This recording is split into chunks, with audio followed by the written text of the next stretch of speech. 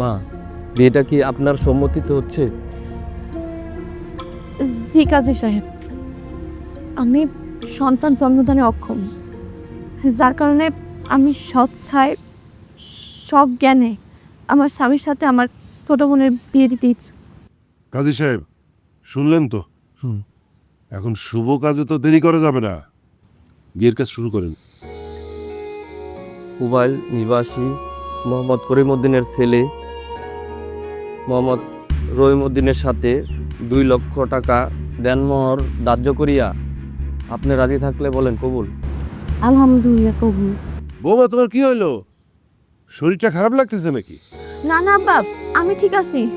ওই হঠাৎ করে শরীরটা গোলান দিয়ে মাথাটা ঘুরান দিলে তো, এই জন্যই মনে হয় এমন লাগতেছে।